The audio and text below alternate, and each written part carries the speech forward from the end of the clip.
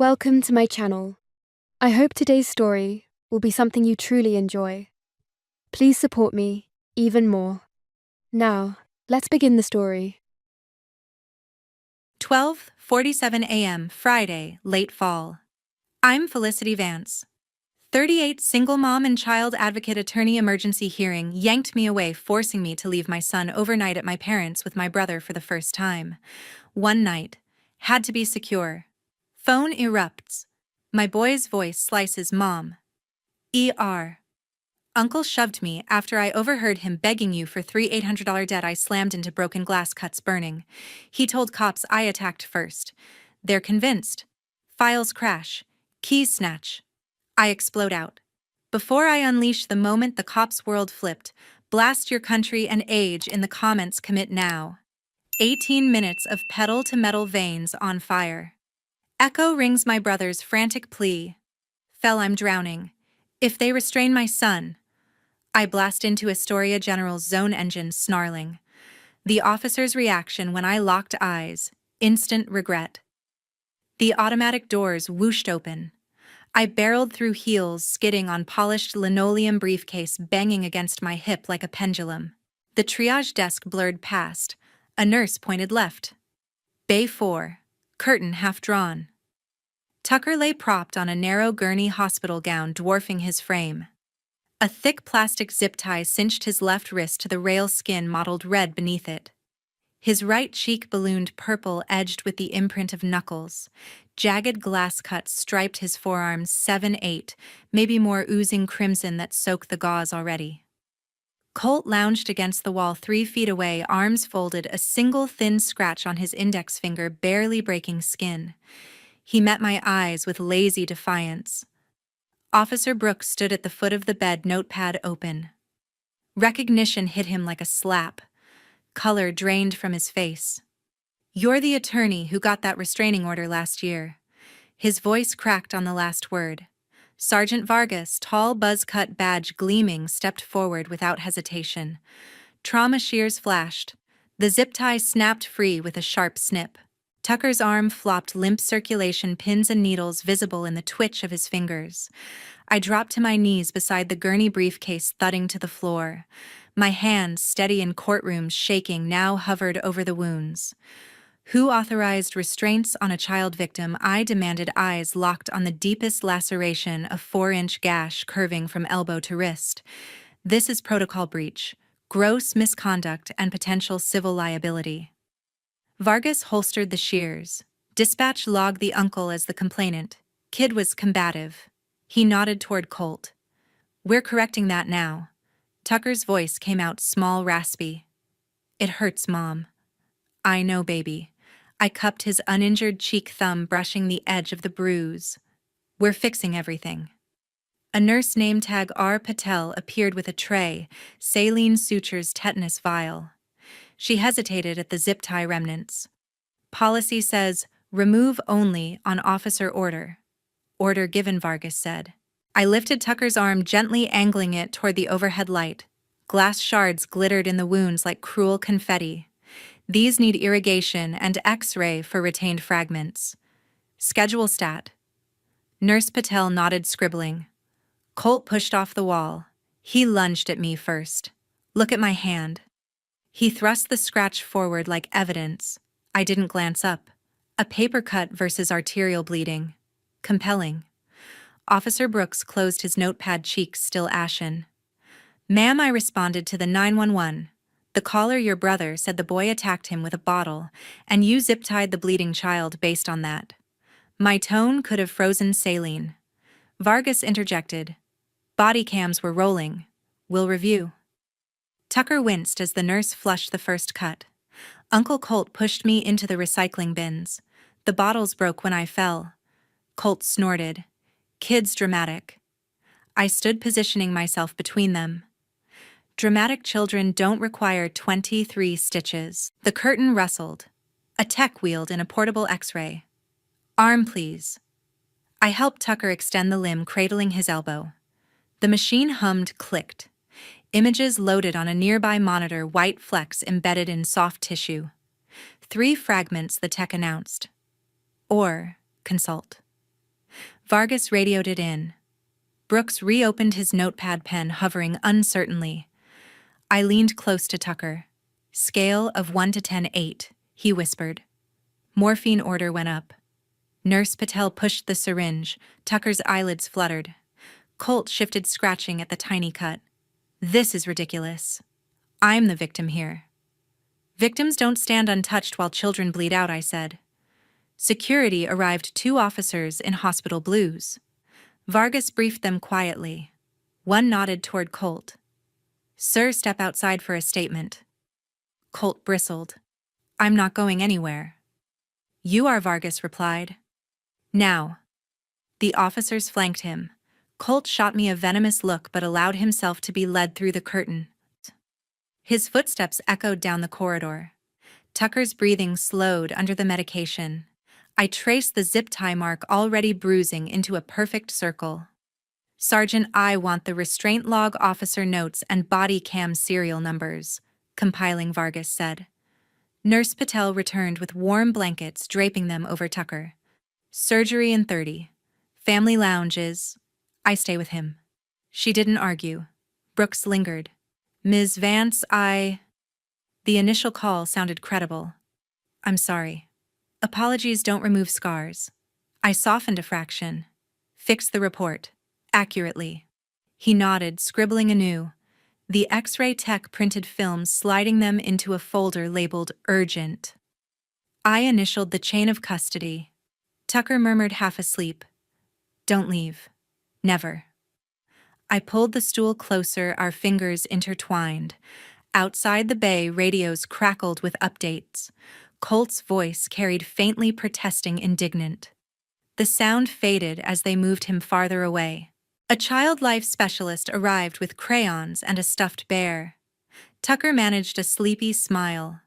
I tucked the bear under his good arm. Vargas ducked back in. Restraint removed from log. Official apology en route from shift commander. Thank you. He hesitated.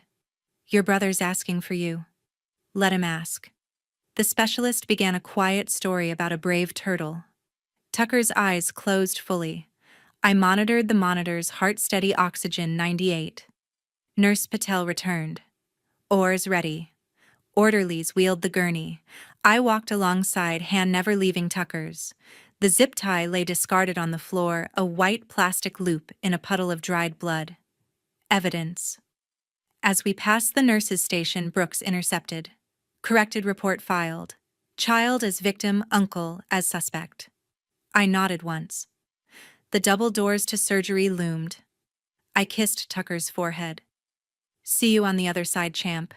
He was out before they pushed through. I stood alone in the hallway, briefcase forgotten somewhere in Bay 4. The protocol breach would be the least of their worries. Sergeant Vargas motioned me closer. He unlocked a rugged tablet, volume low but sharp. The 911 dispatcher's calm voice filled the curtained bay.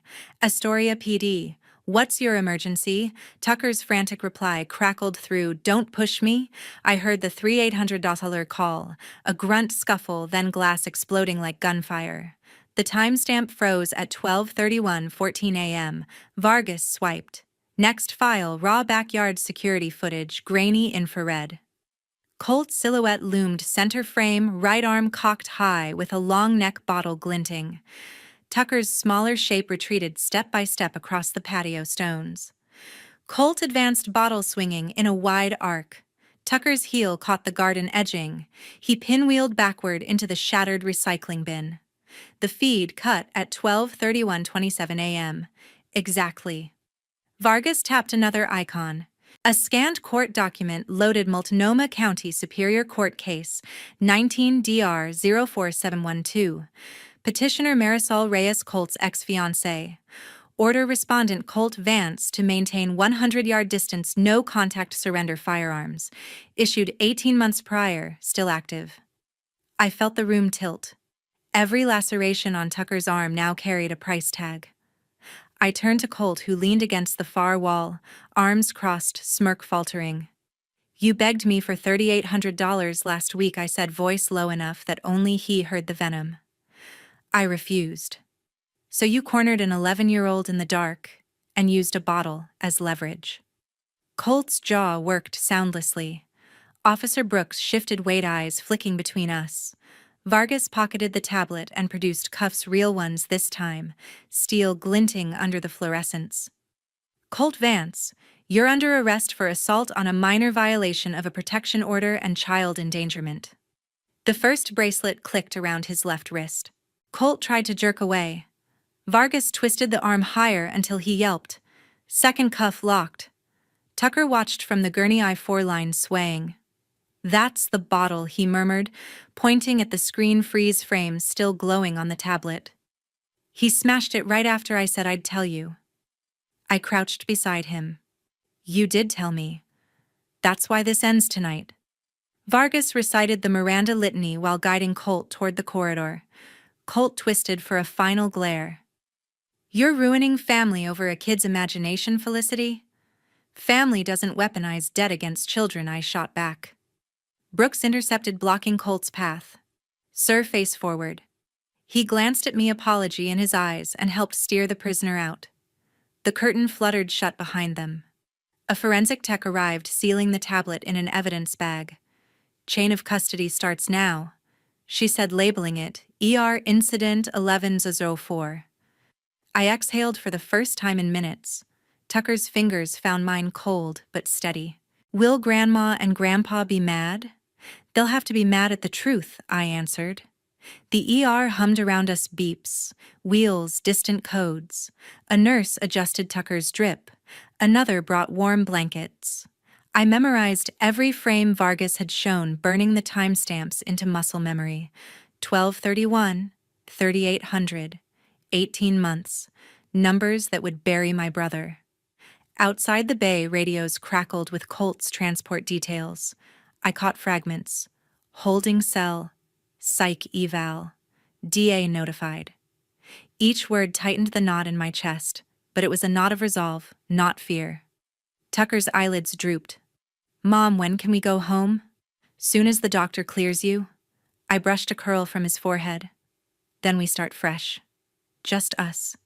He managed a tiny smile, the first since the phone call. The tablet was gone, but the images lingered. Colt's raised arm. Tucker's fall, the bottle's deadly arc. Evidence sealed, irreversible. A social worker poked her head in, clipboard ready. Ms. Vance, we need to document the prior order violation for CPS cross-report. I nodded. Give me 5 minutes with my son. She retreated. I leaned close to Tucker. You were brave on that call. Braver than most adults. I was scared, he admitted. Scared and brave aren't opposites. The clock above the door ticked past 1:15 a.m. Somewhere down the hall, Colt sat cuffed to a bench waiting for booking photos. Here, Tucker's breathing evened into sleep. I held the space between them. Mother attorney firewall. Vargas returned alone, hat tucked under his arm. Preliminary charges filed. Judge'll sign the warrant by 0600. Thank you, Sergeant. He hesitated. Your brother, he asked for a phone call. Wants your parents. Let him wait. Vargas gave a curt nod and left. The corridor swallowed his footsteps. I pulled the blanket higher over Tucker's shoulders, careful of the bandaged cuts. The backyard cam timestamp glowed in my mind, 12:31. Proof in pixels. A janitor mopped the floor outside, bleach cutting through the blood and antiseptic haze. Each swipe erased the night's violence, but not the record. Not the audio. Not the order Colt had shredded the moment he raised that bottle. I opened my phone, drafted an email to the DA's night desk, request emergency hearing, attached 911 transcript video exhibit, ARO 19DR04712, sent. Tucker stirred. Mom, still here. Good. He slipped back under. The ER settled into its pre-dawn rhythm. I stayed vigil, cataloging every detail for the fight ahead. $3,800 had bought my son scars and my brother handcuffs. The ledger was balanced in a language only courts understood. Colt's denial hung in the sterile air when his eyes locked on Tucker. A guttural snarl ripped from his throat. He surged forward, cuffs half-ratcheted, shoulder barreling past Vargas's outstretched arm. The sergeant stumbled. Metal links clinked uselessly. Colt's fingers clawed for Tucker's throat, spit flecking his lips. I pivoted briefcase clattering to the tile and drove my full weight into his path. My palms struck his sternum. Momentum betrayed him. His boot snagged the wheel of the gurney. He windmilled skull-whipping toward the stainless steel instrument stand bolted beside the bed. The impact sounded like a melon dropped on concrete. Colt crumpled forehead splitting open in a crimson bloom. Blood sheeted across the floor, mixing with antiseptic puddles. Tucker flinched behind me, breath hitching. Vargas recovered first knee pinning Colt's back while snapping the second cuff tight. Assault on a minor in custody, he barked into his radio voice steady despite the chaos. Officer Brooks stood frozen, pen hovering. His gaze darted from Colt's twitching form to the fresh pool spreading beneath the stand. He flipped to a new page, scribbling furiously, erasing his earlier version line by line. Nurses flooded in, wheeling a crash cart that wasn't needed. One pressed gauze to Colt's temple. Another checked his pupils with a penlight. Concussion protocol, she muttered. I knelt beside Tucker, shielding him from the sight. His good hand clutched my sleeve, knuckles white. Mom, he whispered, voice cracking like thin ice. Right before he lunged, he leaned in and said I'd pay for telling everyone about the money. That no one would believe a kid anyway. I smoothed the hair from his forehead, careful of the swelling. Listen to me, baby. He's done talking. Done threatening. Done hurting you. My words came out steel-wrapped velvet. Security arrived, 2 burly guards in Navy uniforms. They hauled Colt onto a backboard, strap cinching across his chest. His eyes fluttered, unfocused, but the hatred lingered. A doctor barked orders: CT scan, sutures, neurological consult. Vargas followed the gurney out, reading Colt his rights for the second time tonight. Brooks approached, notebook closed. Ma'am, I need your statement for the addendum. The initial report. It's compromised. His Adam's apple bobbed. I believed the wrong Vance. I nodded once.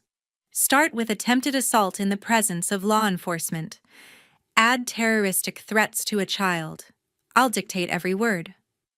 Tucker tugged my hand. Will they keep the zip tie off me now? Already gone, I said, glancing at the red welts on his wrist.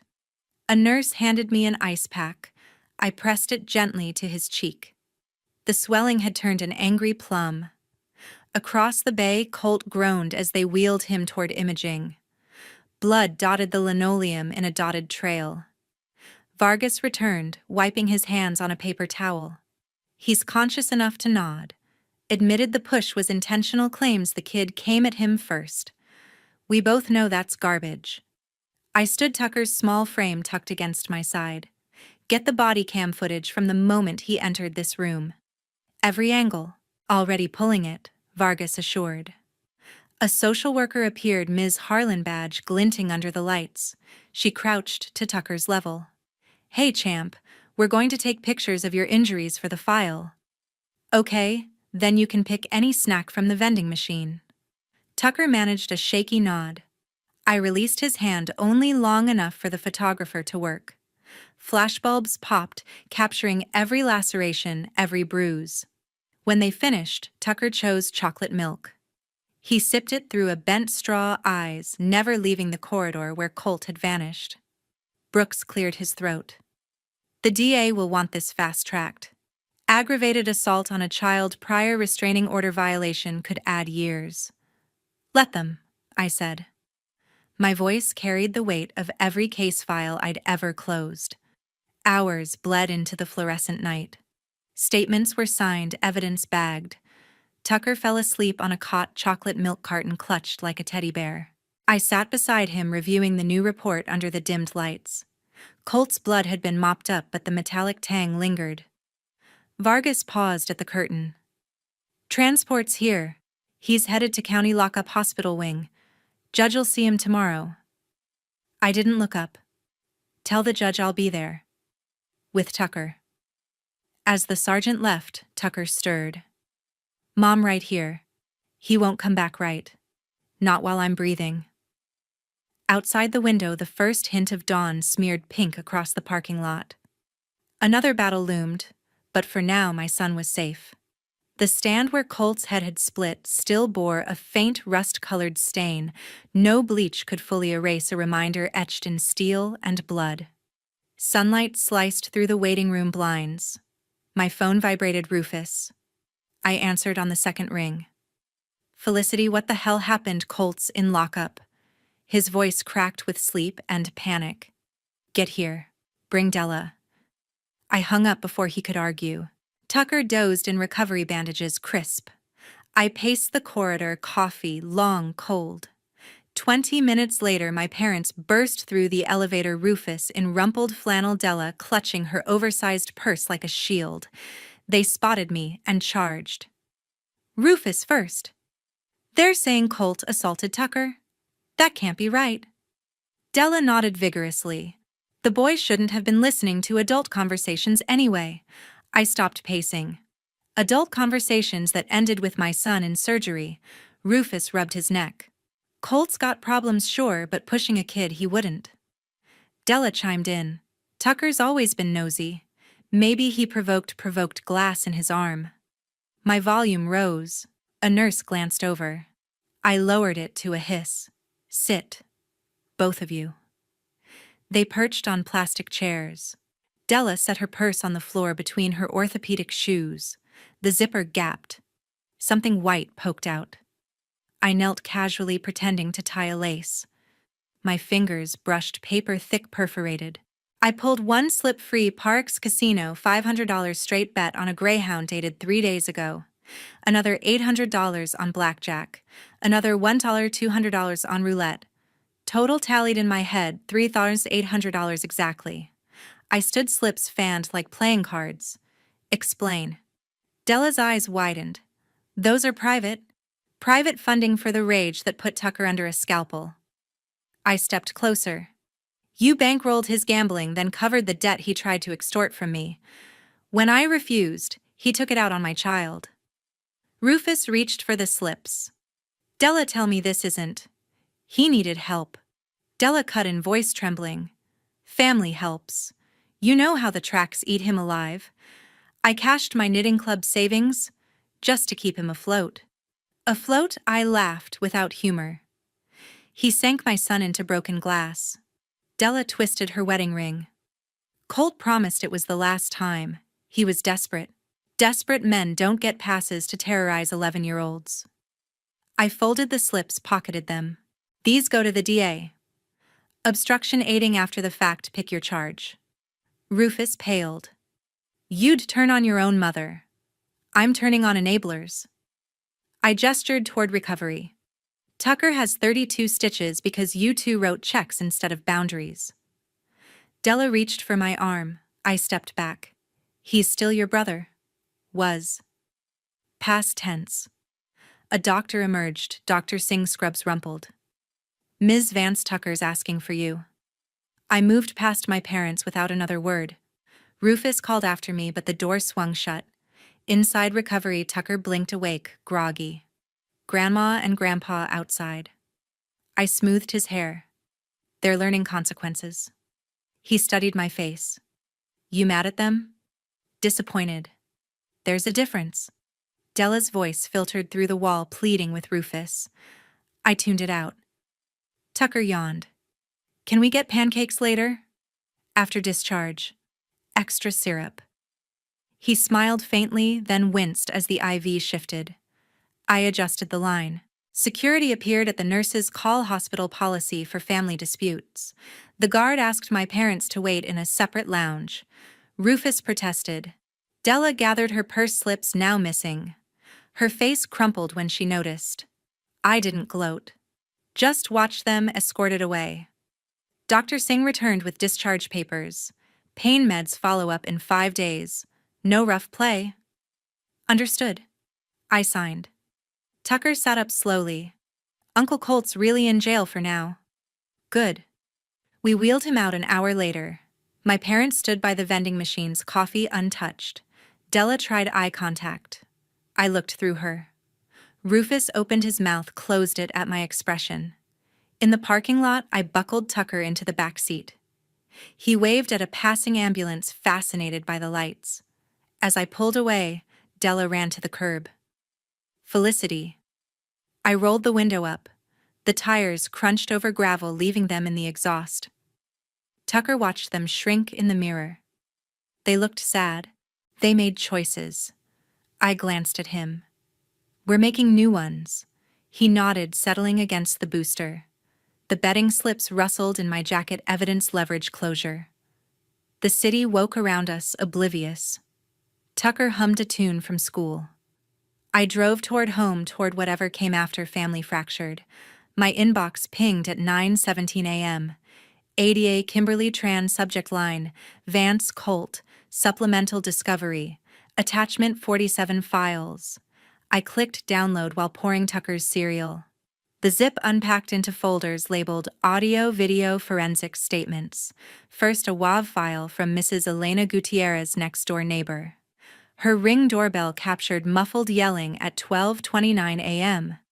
Colt's voice slurred but unmistakable. 3800 or else, kid, stay out of it. A thud, then Tucker's cry cut short by shattering glass. Timestamp synced to the push. I forwarded the clip to my paralegal with instructions.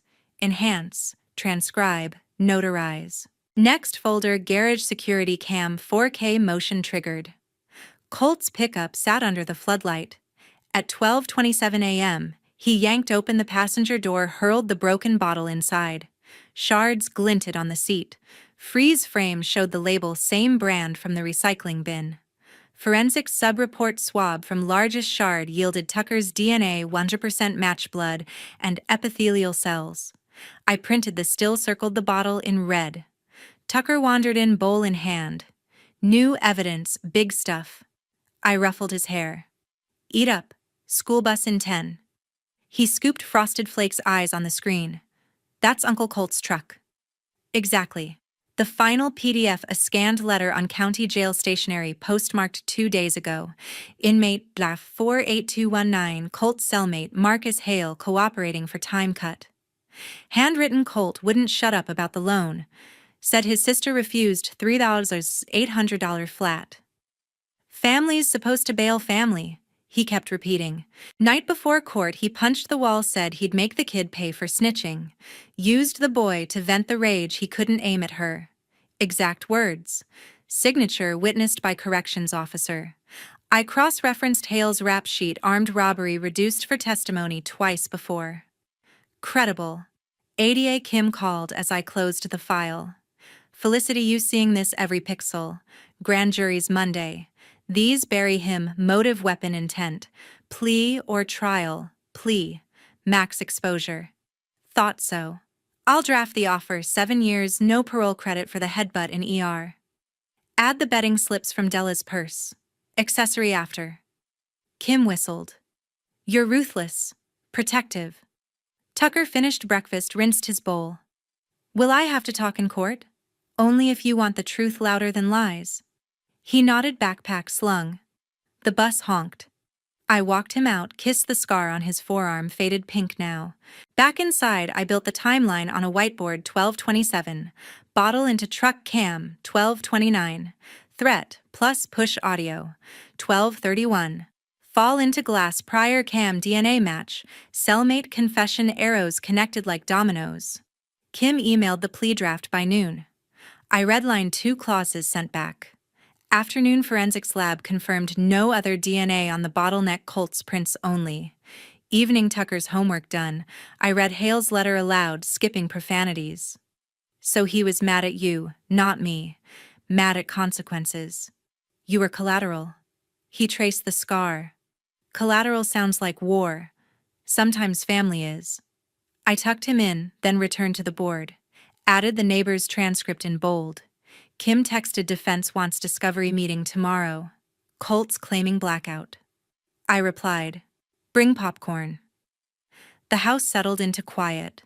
Outside, wind rattled the garage cam, still recording, still watching. Evidence never slept. The bailiff called docket 23 CR 1187. Spectators crammed every bench, reporters, advocates, curious locals. I sat front row with Tucker, his hand in mine. Colt shuffled in orange jumpsuit, swallowing, his frame wrists shackled. His public defender, Ms. Hargrove, whispered last minute. Judge Harlan, silver hair, no nonsense, gavelled order. People versus Colt Vance. Plea hearing. ADA Kim stood. Your Honor, pursuant to negotiation, defendant pleads guilty to count 1 child endangerment felony 3, count 2 filing false police report misdemeanor. Recommendation 7 years, Department of Corrections consecutive, no early release. Hargrove rose. Defendant accepts. Allocution judge nodded. Colt cleared his throat. I pushed the boy.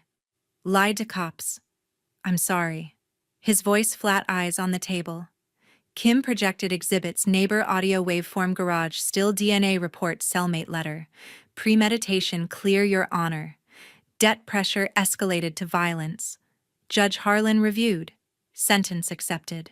7 years. Credit for time served. I requested victim impact. The judge granted. I stood, notes unnecessary. Colt Vance endangered my son for refusing a loan. He weaponized family ties. Today, I sever those ties permanently. I sever relations with Rufus Vance, Della Vance, and Colt Vance forever.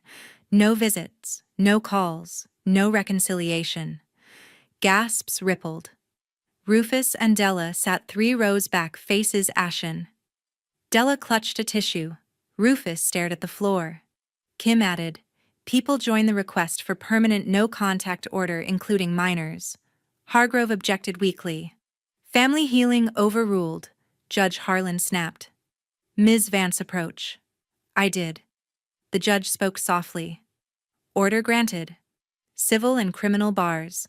Violation, contempt, jail. She signed with a flourish. Colt's head snapped up. Felicity bailiffs moved in. Shackles rattled as they led him out. He craned for a final look. I met it with ice. Courtroom emptied slowly. Reporters swarmed Kim. Tucker tugged my sleeve. Forever means never, never. We exited to the hallway. Rufus intercepted. You can't erase blood. I just did. I guided Tucker past. Della called. He's still your brother. Was. Security escorted them out a side door. Outside, cameras flashed. I shielded Tucker. No comment. We reached the car. He buckled in. Feels weird. Good weird, or bad, good. Like space to breathe. I started the engine. The courthouse shrank in the mirror. Marble steps gleamed under noon sun. Tucker, 12 today, stood at the podium, microphone adjusted to his height. Reporters ringed the bottom stair. Child advocates filled the risers. He wore the navy blazer I'd bought for middle school graduation, tie straight. Panel on youth violence prevention, the moderator announced. Victim speaker Tucker Vance. He gripped the edges, knuckles pale. A year ago, my uncle pushed me into glass over money he wanted from my mom. I was 11. The cuts needed surgery. He lied to police, said I attacked him. Murmurs rose. Cameras clicked. I'm here because kids shouldn't pay for adult mistakes. Debt doesn't justify threats, family does. Real family protects. Applause rippled. He stepped down. I hugged him tight. Proud doesn't cover it. The panel chair, a state senator, approached. Powerful words. We're funding new hotlines because of testimonies like yours. Tucker nodded shyly. Back at the office, Coastal Kids Legal Aid, my nonprofit, launched 6 months prior. Staff awaited with cake. Frosting read, Happy 12th, Puss. 1 year stronger. Balloons bobbed against the ceiling. I'd founded it in a converted storefront, pro bono, restraining orders, emergency custody, therapy referrals. First case, a 10-year-old fleeing a gambling dad. Echoes, but not ours. Tucker cut the cake. Chocolate with vanilla, perfect.